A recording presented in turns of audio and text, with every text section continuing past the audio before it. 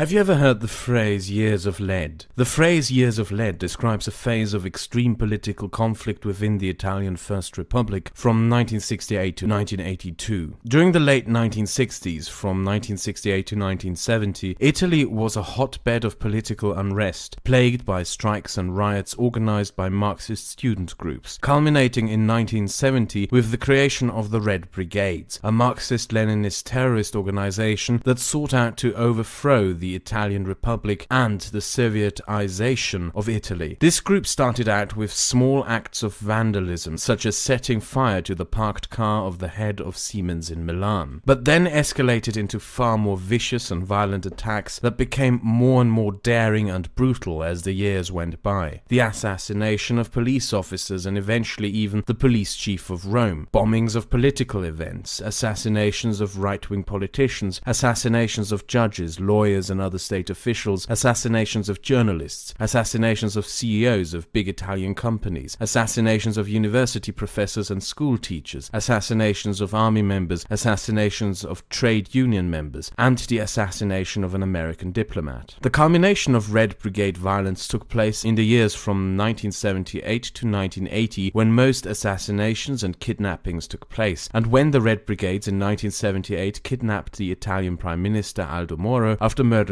his 5 bodyguards. After what the Red Brigades farcically called a trial by the people, the Prime Minister was murdered and his body dumped in a trash dumpster. Communist terrorism was widespread in Europe throughout the 1970s and 1980s in Germany, France and Italy, but nowhere as brutal and had so many victims as in Italy. However, and this might surprise many of you, most victims of terrorism in Italy were not killed by left-wing terrorist attacks, not even by Islamic terrorist attacks, but by right-wing fascist terrorist attacks. Italy after the Second World War didn't go through such an extensive phase of denazification as Germany and other former Axis nations did. As a result, from 1946 onward, Italy had a fascist party, the Italian Social Movement, within its political sphere, which was, however, on a constant decline until the 1970s. During the early years of the Years of Lead, left-wing radicals from student movements would assault and later even murder right-wing and fascist student activists. A few months later, left-wing terrorists would brutalize, murder, and even bomb members of that political party at party meetings and homes. In one particularly gruesome incident, they firebombed the home of a member of the Italian Fascist Party. The attack did not succeed in killing him, but his 2 sons, aged 8 and 20. It was through the attacks on the Italian state that the Italian Fascist Party and movement regained some popularity, and through events such as the murders of its members that this movement even gained some public sympathy. And through that rise in popularity, combined with the constant threat against the state by the Red Brigades, out of the people flocking into the new neo-fascist Italian movement, formed the Movement for the New Political Order, a fascist terror organization which in its early years tried to portray itself as the enforcer of law and order in the absence of state authority to enforce the law against far-left thugs. However, the image they sought to create of themselves was quickly destroyed when they planted a bomb killing 3 police officers in an attempt to push the Italian government into declaring a state of emergency by blaming the bombing on the Red Brigades. The New Order movement messed things up for their image further by planting bombs at an anti-fascist demonstration in Brescia that killed 8 and wounded over 100 people. They also bombed an Italian express train from Rome to Munich that killed 12 and injured over 100 people. These initial bombing attacks by the far right were less common than the Red Brigade's assassination campaigns, but managed to cost the lives of so many within such a short period of time that the number of victims started to rise and overtake the number of victims by communist terror. During the late 1970s and early 1980s, when Red Brigade violence was at its peak, sympathizers and members of this fascist terror group even attempted a coup in order to overthrow the Italian Republic and establish a neo-fascist state. The culmination of the fascist terror campaign in Italy, however, came in 1980, when the Italian fascists Francesca Mambro and Giuseppe Fioravanti planted a bomb at the Bologna Central train station that killed 85 people and wounded over 200. To this day, the 4th deadliest terrorist attack in Europe. Instead of destabilizing the Italian Republic even further, the result of this attack was a public turning away in utter disgust. The state and its executive would eventually gain the upper hand and restore order, bringing an end to 14 years of left-wing and right-wing violence in the late 1980s. The term Years of lead, however, has entered our language as a phrase describing a tactic or set of events that can undo the checks and balances which safeguard the democratic process and civil liberties. It was conflict between far-right and far-left armed militias which brought down the Weimar Republic in Germany and replaced it with the Nazi regime. It was conflict between the armed socialists and armed nationalist militias which brought down the Austrian Republic and replaced it with the Austro-fascist regime. It was conflict between Mussolini's black shirts and communist militias which eventually brought down Italy's constitutional monarchy and replaced it with a fascist regime. Authoritarian movements can't succeed within the democratic forum and flourish within social chaos and conflict perpetuated by opposing authoritarian forces. In both cases, the democratic egalitarian structure is ideologically reduced to nothing more than an enabler to the opposition that must also be ended. Fascists portrayed themselves as the bringers of order into chaos that was caused by the supposed failures of democracy to bring the authoritarian left at heel. Communists portrayed themselves as the self-righteous fighters against fascism that supposedly was brought into existence by democracy's weakness to confront fascism, whilst in fact the only thing that produces fascism is fascists.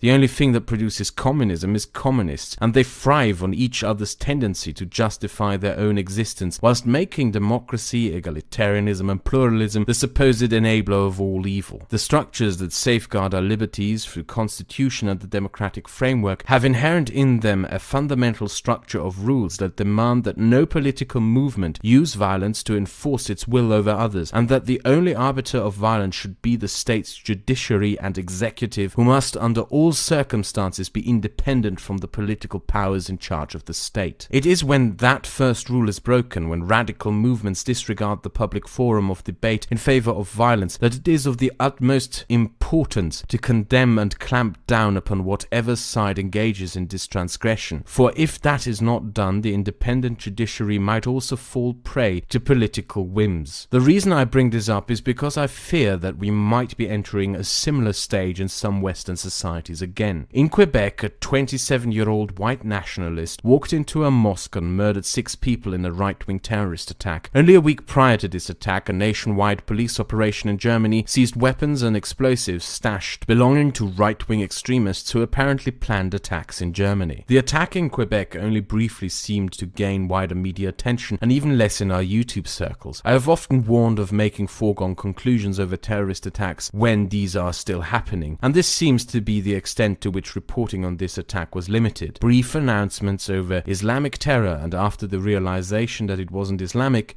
silence. Now, I have made several videos in which I point out that Islamic terrorism is by far the greater threat to our society. However, this is no excuse to ignore the current build-up of radical tensions within Western societies, which could be just as successful in undermining our liberties. There were 4 terrorist attacks throughout the past few years, which specifically got my attention. The Charleston church attack in the US, the Dallas attack in the US, the Normandy church attack in France, and the Nice attack in France. As an overview, terrorism throughout the years, from the 1970s to today, has always involved a lot of planning and work. From the IRA to the Red Brigades to fascist movements to Islamist movements, terrorists always started out by going into hiding and removing themselves from the public eye, going into training camps in Yemen and elsewhere, training in terror tactics, spending months planning their attacks and becoming trained experts in terrorist tactics. Compare this to the recent attacks I gave as examples. The Charleston church attack was carried out by an individual who within a short period of time ideologically radicalized himself, received no such thing as combat training, and whose preparation consisted merely of buying a gun and carrying out the attack. The Dallas attacker may have received military training in the US Army and had experience during the Afghan War. However, he did not need to go into hiding or get into contact with a wider terrorist network structure to buy a gun and carry out his attack. The Normandy church attacker who slowly sawed off the head of a Catholic priest with a blunt knife was a 12-year-old boy incapable of receiving terror training, let alone training of a firearm, which he didn't even need since a knife and his beliefs were enough for the attack. And the Nice attacker was a drug-dealing thug before only needing to rent a truck to butcher dozens of people in the name of Allah. There are some differences within these attacks that are not just ideological. Terror statistics will show you that both right-wing and Islamic terrorists tend to target civilians, whilst left-wing terrorists tend to attack state state officials and police. Unlike the Islamic jihadists, left-wing and right-wing terrorists so far do not have a wider logistical, organizational and ideological connecting framework of command and supply available to them in order to organize attacks and support, as well as wider public support from the Islamic world and authority figures, which is, in my opinion, why Islamic terror is so predominant in our day and age. Islamic fascism is a foreign and invasive threat, not only to the West but to civilization itself, whilst left-wing and right-wing terror are more domestic in nature. The one thing, however, that they do have in common is the lack of training and planning and the lack of an underground support network. Committing a massacre with the intention of destabilizing society no longer requires the steps into the underground and out of public sight that it did 20 years ago. Terror can now be committed by the common person. Other than that, there is also the drastic change in our social climate that bothers me greatly and points towards an increased undermining of our liberties by the domestic radical forces of both political extremes. There was the punching of Richard Spencer, which resulted in him talking about the increasing need for security. The alt-right movement itself frequently speaks of the failure of humanism, and you will often find the term Weimerica within posts and profiles as they gleefully hope for a collapse of civil society and democracy and for a war of race and ideology that would free them of the shackles of the rules of engagement implicit in the public speaking forum. A movement that speaks of right-wing death squads and latches on to a prophecy of a race war can't thrive within a free society and reveals its intentions of undermining such for wishing upon us the circumstances that have undermined freedom before, all the while blaming the democratic structures that ensure freedom for the ills of modern society. The left-wing social justice side of things are not any better at all. In the aftermath of the sucker punch against Richard Spencer, we have witnessed not an outcry against violence but apologia for violence, and even obsessive and blatantly freakish hopes for violence to finally unfold itself upon wider society,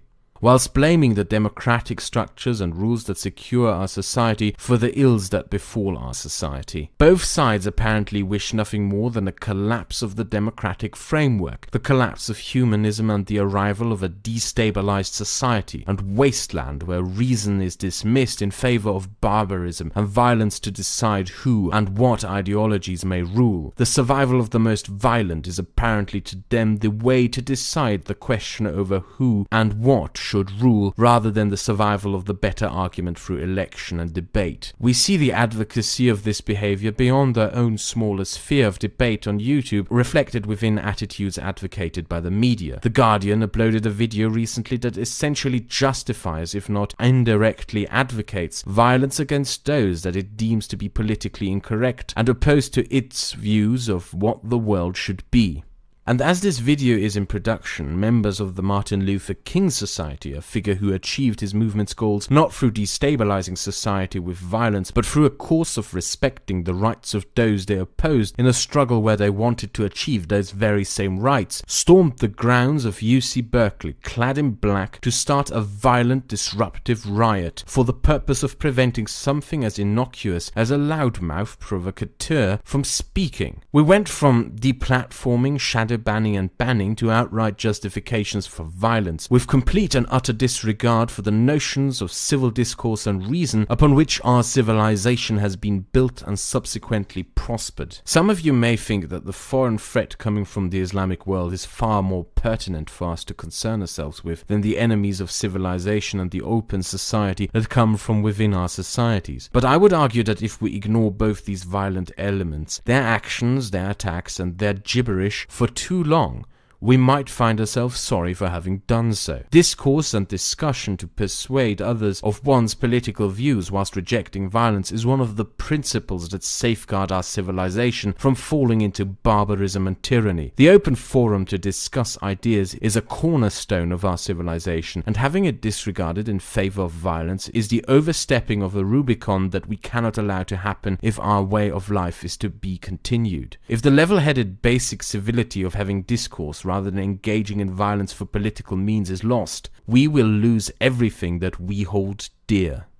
If you enjoyed this video, consider subscribing or becoming a patron. But more importantly, consider registering an account on minds.com, an alternative social media platform that rivals Facebook in that it has a dedication to free speech. As a little incentive for you, all videos that are published on my channel will be published on my minds.com profile 24 hours in advance of them being published on YouTube.